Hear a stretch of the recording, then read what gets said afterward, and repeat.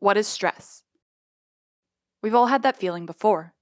We're too tired, or too overworked, or too overwhelmed, and it all gets to be too much. You're stressed. But what is stress, and why do we feel this way? In this video, we'll talk about our biological responses to why we feel stress, ways to identify stress, and how we can combat feeling stressed. Back when humans were hunters and gatherers, it was important for our safety to know what situations could be potentially dangerous. Our instincts when we are in these dangerous situations are known as fight, flight, or freeze. You receive a rush of hormones like adrenaline and cortisol. Your heart rate increases. Your breathing speeds up, and your blood pressure rises. This is our body's way of letting us know that there is a potential threat, and it is ready to do whatever is necessary to help us through the situation. While you're probably not dealing with life-threatening situations, like running into a bear, in your everyday life anymore, your body still responds to stress in the same way. Running late for class, studying for a big test, or giving a presentation are situations our bodies now deem as potential threats, and they make us stressed. While everyone can get stressed, people's tolerance and how they react to stress can be different. Some people might experience stress through headaches or digestive problems, while other people become indecisive or short-tempered. Stress can also affect your sleep, or will leave you feeling overwhelmed. Stress isn't always negative. It can help us sharpen our minds and make sure we get certain tasks done. However, what feels like a low-stress situation to you might be extremely stressful for someone else. Some general feelings associated with stress are depression, anger, anxiety, sadness, frustration, and fear. When we identify these feelings, we can learn different methods to help reduce stress or help us cope with stress. Sometimes stress is inevitable, but there are methods that can help us cope with stress.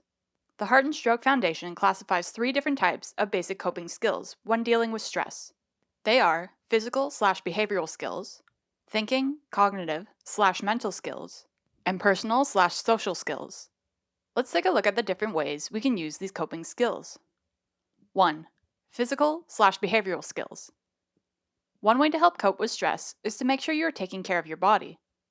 Some ways of doing this would include getting exercise, eating healthy, and getting enough sleep. While you can do more intensive exercises like running or yoga, you can also do deep breathing exercises or stretching.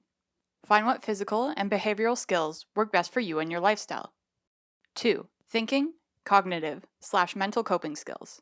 Using our brain can strengthen our focus or help us think through what is stressing us out. One strategy you can try is making a list of ways to solve the problem of whatever is making you stressed. You can also try rethinking through a stressful situation and seeing if you misinterpreted the events.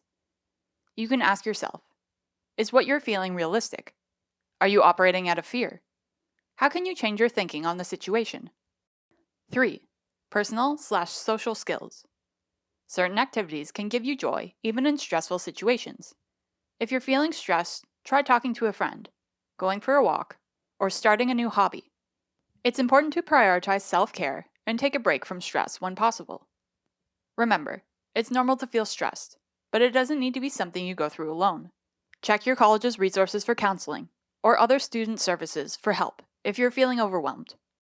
Sometimes, the simplest first step in managing stress is acknowledging that you're experiencing it. Your body and mind will let you know if you're feeling too overwhelmed, and it's important to listen to these signs. The next time you're feeling stressed, be kind to yourself and try out our de-stressing tips.